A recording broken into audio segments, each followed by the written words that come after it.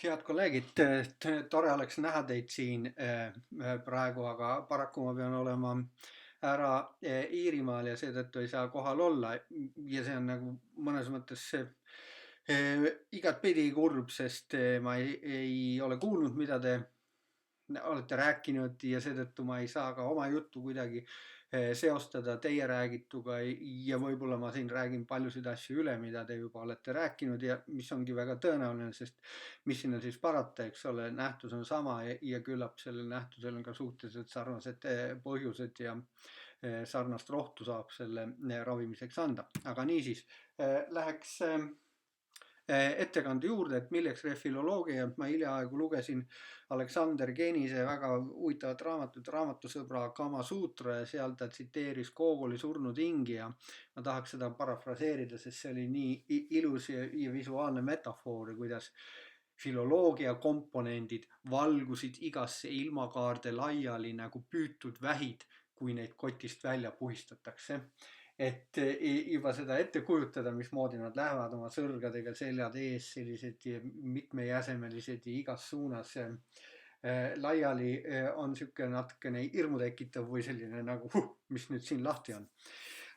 Ja et samas jällegi, ega me neid kotti tagasi ka ei saa, sest kõigepealt neid ei olnud seal ainult 2, neid oli rohkem. Et kui me räägime, et nagu keeleteadus ja kirjandusteadus, mis on nagu lahku läinud, siis tegelikult filoloogia kotis oli rohkem distsipliine kui 2 ja juba see teeb nende kotti tagasiajamise raskemaks. Ja teine asi on see, et need vähid on roomanud juba liiga kaugele, et neid püüda on keeruline ja seda, mis neid ühendas, on üsna vähe järgi jäänud. Ja kolmas asi veel see, et nad on roomamise ajal paljunenud ka, ehk siis mis seal salata, eks ole, distsipliinidesse on tekkinud aladistsipliine ja seega see, mida tuleks kotti tagasi ajada, seda oleks palju rohkem, kui nüüd tahta neid kõiki kotti tagasi ajada. Aga võib-olla on küll niimoodi, et refiloloogia jaoks meil ei ole vaja kõiki vähke kotti tagasi ajada, võib-olla korjaks 2-3 tükki ja siit, kui mu ettekande pealkiri on, et refiloloogia 3 komponenti, siis ma ütlen, et noh, osa vähke, mis on kaugele läinud ja mida püüda ei õnnestu, noh, las nad lähevad, aga püüaks 2-3 tükki kinni ja paneks kotti tagasi. Ja põhjus, miks seda teha ongi see, et ega siis tühi kotti seisa püsti ja võib-olla võiks öelda, et no mis siis sellest filoloogia kotist, las ta kukub kokku, et vähid on elus ja terved ja roomavad hästi ja me kõik oleme seotud nende vähkidega ju tänapäeval, ega siis paljud meist siin ennast filoloogiks peavad, võib-olla osa peavad veel.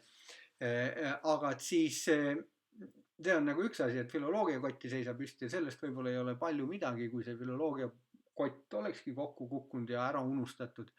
Aga nüüd sellega me lähme nagu veidikene laiemasse sellisesse olukorda, mis meie maailmas, tänapäeva maailmas valitseb, eks ole, kas humanitaarteadusena üleüldse ühiskonnale vaja. Ja küllap te olete kõik seda ise tähele pannud ka ja lugenud uudistest siit ja sealt, et kas ja kuidas Jaapanis jälle vähendatakse humanitaaria õppimist ja Soomes midagi pannakse kinni ja Ameerikas midagi pannakse kinni. Ja isegi kui ei sulgeta neid õppetoole ja instituute, siis ikkagi, kes neid humanitaarteadlasi kuulab, eks ole, omaette nad kirjutavad, omaette nad väitlevad, oma tunnustust ja au ja kuulsust saavad nad akadeemiliste nii-öelda selle publitseerimise raamistikus oma tööde eest, mida nad loevad vastastikku ja suurt nendest midagi väljaspoole ühiskonda ei leki, kui nii võib öelda. No see on üldistus ja natukene liiga julge üldistust, ega siis kõik ei ole selline, aga nagu laias laastus sellest ongi tingitud selline üldine, võiks öelda nagu mõistmatus humanitaarteaduste suhtes, et milleks neile vaja on, et nendest ei sõltu mitte midagi. Ja see on selline üks laiem, see on see laiem küsimus, mis paneb üldse küsima, et kas meil oleks refiloloogiat vaja ja mida see refiloloogia siis tähendaks ja mida ta endast sisaldaks. Ja sellest ma üritan täna selle oma ettekande käigus rääkida. Ja kui ma hakkasin ettekannet ette valmistama, loomulikult ma püüdsin aru saada, mis asi see filoloogia on kõigepealt ja lugesin siit, sealt ja kolmandast kohast ja kõige rohkem mulle meeldis Nietzsche käsitlus ja tema on selle kokku võtnud oma inauguratsioonikõnes Homerose klassikaline filoloogia. Selle, keda huvitab, eks ole, siis siit need lingid on ka juures, mõlemad tekstid on täiesti tasuta kättesaadavad ja loetavad, nii et kõik peaks suutma nagu vaadata ja jälgida, et mida ta siis seal räägib. Ja nüüd minu ettekande esimene osa ongi pühendatud sellele, et ma annan väikse ülevaate sellest, mida Nietzsche on rääkinud, mis see filoloogia on, millest ta koosneb ja mis tema iseloom on ja miks ta üldse olemas on. Ja siis sellest lähtudes liigun edasi refiloloogia defineerimise juurde ja õigustamise juurde ja näitan, et millest see võiks koosneda. Aga nii, kõigepealt siis jah, Nietzsche ettekujutus asjast ja tema komponentidest. Tema väidab ka, et on 3 komponenti ja tema nii-öelda käsitluses on need ajalugu, loodusteadused ja esteetika. Ja siin on mul mõned tsitaadid tema ettekandest, mis siis iseloomustavad neid 3 filoloogia komponenti. Ja ajalugu siis kuulub filoloogiasse niivõrd, kui see teatud rahvuslike identiteetide ilminguid nende üha uutes vormides ning valitsevad seaduspära nähtuste põgususe taga tahab mõista. Nii, siin ma olen võib-olla natukene tõlkinud vabalt, seepärast et see, mida Nietzsche kasutab, see sõna volksindividualiteeten, et see muidugi ei ole otseselt kohe nagu identiteet selles mõttes. Aga nagu minu põhjendus, miks ma panin siia eesti keelde identiteetide ilminguid, on see, et seda sõna identiteet üleüldse 19. sajandil teaduslikes uurimustes ei kasutatud. 20. sajandis hakati rääkima identiteetidest ja siis ka Durkheimil on seal ainult võib-olla 2-3 kohas oma suurteoses seda sõna mainitud, aga see nii-öelda identiteedi uurimine, et tema ei räägi sellest nagu identiteedi uurimisest. Nii et see mõiste identiteet on 20. sajandi nagu leiutis, meie mõtleme selles kategoorias, nemad 19. sajandil ei mõelnud. Aga kui ma nagu loen seda, mida ta seal kirjutab nende volksindividualiteetenite kohta, siis ma arvan, et see, mida ta mõtles, oli just nimelt identiteetide ilminguid. Ja siis ajaloo kulgemise nagu mitmekesisuse taga ka neid üldise seaduspärasusi. Eks ole, et see on üks komponent, mis uurib seda nagu rahvuslikke identiteeti, kuidas nad läbi ajalugude, erinevate ajalugude on ilmnenud ja siis see, mis on ajalugude nagu järgnevuses üldist. Et see oleks nagu üks komponent tema käsitluses. Teiseks komponendiks on loodusteadused. Ja siin on tsitaat, sedavõrd, kui nad inimese sügavaimast instinktist, keelevõimest püüavad aru saada. Nii et siin on põhimõtteliselt ehk siis, et keeleteadus, tema liigitab selle loodusteaduste alla ja võib-olla on ta siis tõesti, kui me nüüd mõtleme, eks ole, võrdlev ajalooline keeleteadus ei ürita aru saada inimese sügavamast instinktist, üritab taastada, eks ole, algkeele vorme ja leida, millised rahvad ja millised keeled omavahel on olnud suguluses. Eks ole, et siin see tema selline loodusteaduslik lähenemine, Chomskilik, kui nii öelda, võib-olla on siis rohkem seotud sellise Humboldtliku lähenemisega keele ja mõtlemise omavaheliste seoste kohta, et see, mismoodi keel ja keele struktuur määrab ja mõjutab vähemalt inimese mõtlemisviisi, et selles mõttes keelevõimest püüavad aru saada, sest ega tol ajal keegi ju veel ei uurinud nii-öelda inimese keelevõimet kui nagu generatiivset grammatikat või midagi säärast. Aga jah, et siis keeleteadus teise komponendina ja kolmanda komponendina esteetika, sest see kõigide ajastute reast niinimetatud klassikalise ajastu esile tõstab, eesmärgi ja sooviga see unustatud ideaalmaailm välja kaevata ja meie tänapäev klassikalise ja igavikulisuse peegli ette seada.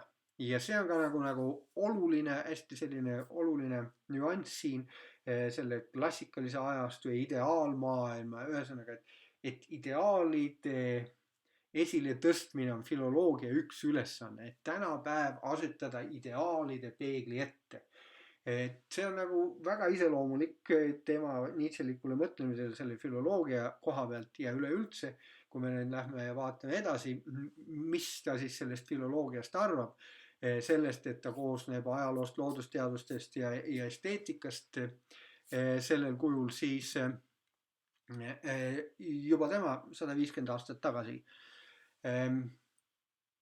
väitis, et filoloogia ei ole ühtne ja et põhjus peitub selles samas mitmekülgses iseloomus, kontseptuaalse ühtsuse puudumises, mitmekesiste teaduslike tegevuste ebaloomulikus ühendamises, mida hoiab koos üksnes nimetus filoloogia. Ja ühesõnaga, tol ajal oli olukord siis nii, et vähid olid kotis, aga oli selge, et seal kotis on vähid, ehk nad on nagu erinevad üksused, et see ei ole kottfiloloogiat nagu jahu, vaid see on nagu loodusteadused, ajalugu ja esteetika kotis, mille nimi on filoloogia. Nüüd milleks siis üleüldse, ja Nietzsche vastab sellele küsimusele ka, milleks üleüldse siis selline distsipliin, mida hoiab koos nimetus filoloogia, milleks seda on vaja ja kellele ja kuhu teda siis kasutati. Ja põhjendus on siin, Nietzsche põhjendus, et filoloogia on olnud oma algusest peale ja igal ajastul ka pedagoogika. Pedagoogilisest vaatenurgast lähtudes tehti uurimis- ja kasutusväärsete elementide valik. Niisiis, et siin on see asja tuum, miks filoloogia üleüldse on distsipliin, kuigi tema sees on väga erinevad vähid, kes tahavad välja, kui nii võib öelda. See on see, et kogu sellel ainel on pedagoogiline eesmärk ja see on nagu äärmiselt oluline, kui me tahame filoloogiat mõista ja kui me tahame refiloloogiat hakata kontseptualiseerima või seda mõistma. Ja nii siis ongi, eks ole. Kui nüüd seda filoloogiat vaadata, Nietzsche, ma ei saa seda tsitaati toomata ette, sest see on nii kena, eks ole, et mis see filoloogia siis on, et seal on need erinevad asjad kokku segatud nagu võlujook kummalistest sahtidest, metallidest ja kontidest, kusjuures selles sisaldub veel lisaks kunstiline ning esteetilisel ja eetilisel pinnal imperatiivne element, mis on tema puhtalt teadusliku käitumisega muret tekitavas vastuolus. Ja see on minu arust väga hästi talle öeldud, see, et filoloogial on esteetiline ja eetiline imperatiivne element, et see ei ole teadus, see ei ole puhtalt nagu tunnetuslik teoreetiline teadus maailma tõdede selgitav, see on normatiivne teadus, mis üritab midagi saavutada ja mingisugustele eesmärkidele jõuda. Noh, nimelt, et seada tänapäev klassikalise ideaalmaailma peegli ette. Ja see eesmärk ja tema puhtalt teaduslik käitumine on muret tekitavas vastuolus. Selge, et normatiivsus ja teaduslik objektiivsus ei saa olla nii, et nende vahel mõnikordki vähemalt ei teki mingisugust sellist vastuolu. Et tõde võib ju olla mõnikord kole, aga kui me tahame ideaalide suunas liikuda, siis mida teha selle koleda tõega? Nüüd jah, ja ta kurdab veel, ja see on nagu väga ka oluline tsitaat, ma ei saa seda jälle ka jätta kuidagi toomata, et on maad võtnud üleüldine otsustuste ebamäärasus ja seetõttu läbiv langus filoloogiliste probleemidega tegelemises. Tema juba näeb filoloogia probleemi ja see on otsustuste ebamäärasus. Ja minu hinnangul mõtleb Nietzsche siin normatiivse otsustuse ebamäärasust. Ühesõnaga see ideaalide kadumine ja siis otsustused ei saa olla enam konkreetsed, nad on ebamäärased, sest ei ole millega võrrelda, kuhu püüelda ja mille nimel see kõik liigub. Et see otsustuste ebamäärasus on viinud filoloogia langusesse seetõttu, et filoloogia või just nimelt seetõttu, et filoloogia on normatiivne teadus, aga kui normid nagu murenevad, siis milleks meile normatiivne teadus, kui nii võib küsida. Ja see küsimus ei ole kadunud tänapäeval ka kuhugi. Ehk siis nüüd vahekokkuvõtte Nietzsche asjadest, mida Nietzsche on rääkinud, enne kui ma refiloloogia juurde lähen, on see, et filoloogia on laias laastus olnud rahvuse juurte, rahvuskeele ja rahvuskirjanduse uurimine pedagoogilise eesmärgiga kujundada ja arendada rahvuslikku identiteeti, lähtuvalt nendest teatutest normatiividest, normidest, ideaalidest, mida siis seesama filoloogia teadus peaks välja kaevama ajaloost. Ja nii ta on olnud ja filoloogide legionid on leidnud rakendust üldhariduskooli emakeele ja kirjanduse õpetajatena, vähemalt siin meie kultuuriruumis ja võib-olla lähemate naabrite juures ja võib-olla ka natukene kaugemal. Nii et filoloogia on siis tõesti olnud teadus, mis on valmistanud ette neid samu õpetajaid, kelle ülesanne on kujundada rahvuslikku identiteeti riikliku või rahvusliku üldharidussüsteemi kaudu. Ja see traditsioon jätkub. Emakeele õpetajate ettevalmistus on siiani ülekaalukalt filoloogiline. Isegi kui need samad filoloogia komponendid on kõik igasse laia ilmakaarde laiali valgunud nagu vähid. Nii, aga nii, aeg hakkab ka varsti otsa saama, nii et liigume edasi. Ehk siis asja põhiküsimuse juurde. Kas refiloloogia on võimalik? Jälle siin on see üks selline nagu aga koht on, et see on seesama nagu normatiivsuse lagunemine, et lääne tsivilisatsioon on jätkuvalt liikunud mitte ühiskonna suunas. Normatiivsuse eitamine, normide murenemine, sotsiaalse kontrolli taunimine, ühesõnaga see asi, mille nimel filoloogia töötas, kõik see asi, me näeme järjest see laguneb. Ja järjest kõrgemaks muutub sotsiaalne anoomia, normide puudumine ja nüüd ühesõnaga, kas see ongi ühiskonna ja inimkonna moraalse arengu suund, et kas sellise anoomia suunas liikumine ongi see, kuhu maailm peaks minema ja lääs on selle esirinnas kui kõige arenenum ja kõige nagu täiuslikum ühiskond moraalselt, eks ole, nii võiks öelda, või on vastupidi meil tegemist lääne moraalse kollapsiga, millele järgneb uus normatiivsus. Nii et see refiloloogia võimalikkus paigutub sellesse taustsüsteemi, et kui ühesõnaga jah, küsimus ongi selles, et kas on võimalik, mina arvan, et on võimalik, et tal on siiski mingi roll täita.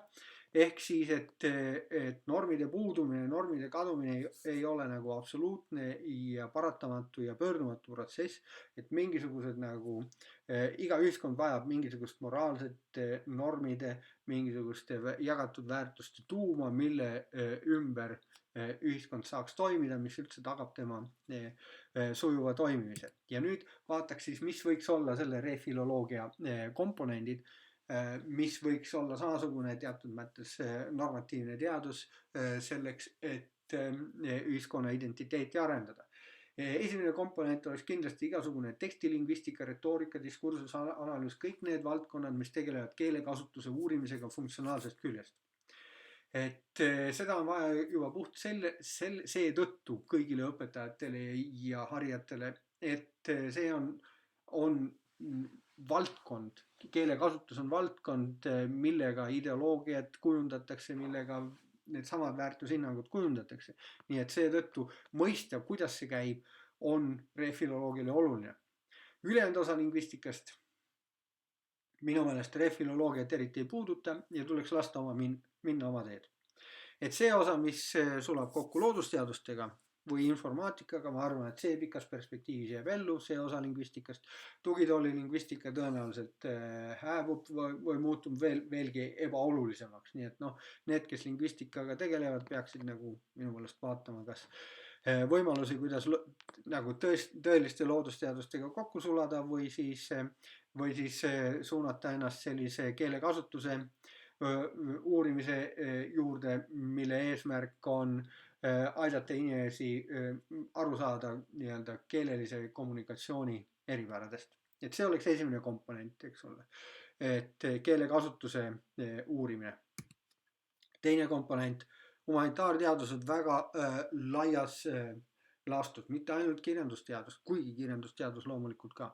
Siis põhimõtteliselt kõik need teadused, mille keskmisel on interpreteerimine ja samas, kus tõestamine on võimatu. Et need võiks olla refiloloogia teine komponent, interpreteerivad teadused.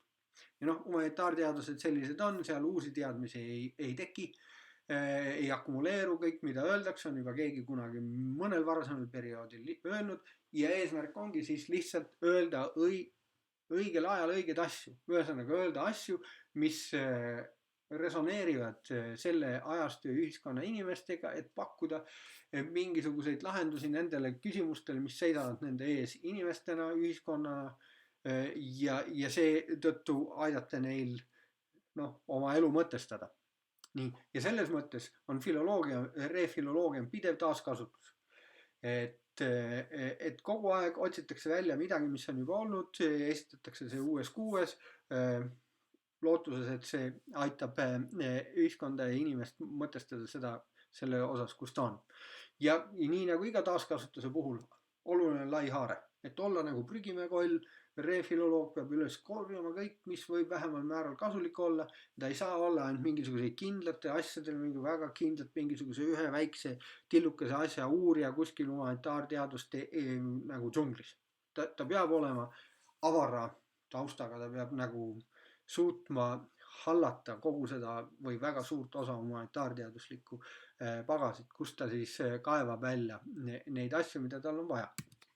Edasi, ja kolmas komponent oleks eetika. Et refiloloogia eesmärk on kõnetada, nagu just ütlesin, inimese inimeseks olemise põhiliste imperatiivide seisukohalt, pakkuda suunda eesmärki olemisele mõtet. Ja kui filoloogia lõi seda eesmärki täites rahvuslikku identiteeti, siis refiloloogia ülesanne on luua ühiskondlikku identiteeti. No ega siin nagu põhimõtteliselt erilist vahet ei ole, lihtsalt sõna rahvuslik kõlab paljudele juba nii nagu hullult, et kui ei taha olla natsionalist, siis ära nagu räägi rahvusliku identiteedi arendamisest, aga teisest küljest peab ütlema, et ükski ühiskond ei saa hakkama ilma jagatud väärtusteta. Et seda ma kohe mitte ei usu, aga see on muidugi omaette teema. Nii et igal ühiskonnal on vaja identiteeti, teatud tuumväärtusi, mida see ühiskond jagab selleks, et see ühiskond üleüldse saaks toimida. Ja selleks on meil refiloloogiat vaja, et tegeleda sellise ühiskondliku identiteedi kujundamisega. Nii, ja siis kolmas komponent, eks ole, tekstilingvistika, humanitaarteaduste kõrval eetika, nad on küll erinevad need komponendid oma mahult, eks ole, ja ei näe väga ilus süsteem välja, aga need kolm on nagu olulist komponenti. Nüüd, mis selle refiloloogia paradoks on, sest ta ju eksisteerib praegu ka, ega refiloloogia ei ole ainult siuke unistus, mis on, et mõtleme, refiloloogilisi töid leiab, eks ole, neid on ilmunud, neid ilmub praegu, ja siin on väike valik on meil siin nagu kirjas, Lennart Meri tööd või Kalevi Viik, eurooplaste juured või Enn Haapsaare soome-ugri saamine ja Mikita tööd ja Margus Oti väitekiri, et kõik need on filoloogilised tööd ja kõiki neid iseloomustab andmete väga vaba interpretatsioon ja see andmete väga vaba interpretatsioon teenib just nimelt identiteediloome eesmärke. Ja see on ka põhjus, miks olla, et meie tõsised humanitaarteadlased, kes me arvame, et me tegeleme objektiivse uurimisega, et humanitaarteadlased ei ole pidanud neid teoseid eriti teaduslikuks või nii-öelda teaduslikus diskussioonis osalemisväärseks. Aga kõik nad kõnetavad inimesi väljaspool teadlaste ringi. Nende inimeste sõna tõeliselt kaalub midagi, neid inimesi nii-öelda rahvas armastab, kui nii võib öelda, et nendel on mõju. Neil on mõju, mida meil humanitaarteadlastel sageli ei ole, me oleme siin oma elevandiluutornis, publitseerime omavahel arutame neid asju, korjame viiteid vastastikku teineteise töödele ja kujundame oma prestiiži omavahel sellest lähtuvalt. Ja sealt siis tekibki küsimus, väljast vaadatakse, milleks meil teid vaja on, eks ole, milleks humanitaarteadlased üldse olemas on. No vot, aga siit küsimus ja see on ka nüüd viimane slaid, et mida siis teha? Ja ongi nii, et need teadlased, kes ei suuda, ei soovi end siduda loodusteadustega, ma mõtlen sellest kotist välja pudenenud vähkidest, mis kunagi olid filoloogia, et need, kes ei suuda sellise rongi peale minema, et need võiksid natukene vähem mõelda selle akadeemilise tunnustussüsteemi peale ja seal rabelemise peale ja omavaheliste nagu viidete ja asjade kogumise ja selle prestiiži peale rohkem rääkima ühiskonnale, eks ole, et rohkem suunama oma sõnumid sinna ja see sõnum võiks olla kantud just täpselt nendest kolmest asjast nagu, eks ole, diskursuste ideoloogiline aspekt, kuidas diskursusi luuakse, eetiline aspekt ja humanitaarteaduslik, eks ole, mis nagu kus on ideed, eks ole, nende ideede interpreteerimine, nii et see aitaks kaasa ühiskondliku identiteedi kujunemisele. Ja loomulikult, kui nüüd konkreetsemaks minna, siis mida refiloloogia jaoks vaja oleks, eesti keele ja kirjanduse õpetajad ettevalmistus peaks muutuma refiloloogilisemaks, et see teatud mõttes sealt oleks vaja välja võtta puhtalt lingvistilisi asju ja juurde panna selliseid tekstilingvistilisi või nii-öelda keelekasutust ja kommunikatsiooni puudutavaid asju.